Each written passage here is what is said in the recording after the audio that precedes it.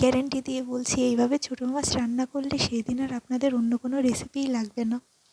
এই রেসিপিটা খুব সহজেই বানিয়ে নেওয়া যায়। এর জন্য একটা ফ্রাই প্যানে তেল গরম করে আগের থেকে নুন হলুদ মাখিয়ে রাখা মাছগুলো ভাজতে দিয়ে দেব।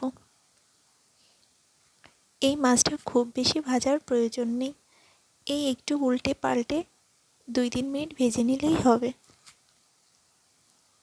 এই মাছটা রান্না করতে খুবই অল্প তেল মশলার প্রয়োজন হয়, আর খেতেও হয় দুর্দান্ত। তারপর একই ফ্রাই প্যানে আর একটু তেল দিয়ে এর মধ্যে দিয়ে দেব একটু কালো জিরে ফোড়ন। এখানে অবশ্যই কালো জিরেটা ব্যবহার করতে হবে। তারপর দিয়ে দেব 4-5টা কাঁচা ঝাল আর পেঁয়াজ কুচি।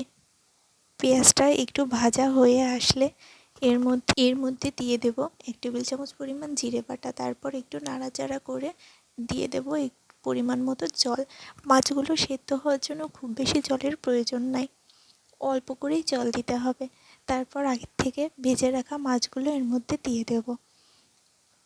জলটা ফুটে আসলে নামানোর আগে এখানে দিয়ে দেব সরিষা বাটা। এখানে অবশ্যই সরিষা বাটাটা ব্যবহার করতে হবে পারফেক্ট টেস্ট পেতে গেলে। তাহলে তৈরি হয়ে গেল আমাদের ছোটো মাছের ঝোল। ভিডিওটি ভালো লাগলে লাইক কমেন্ট শেয়ার করে দেবেন। ধন্যবাদ সবাইকে।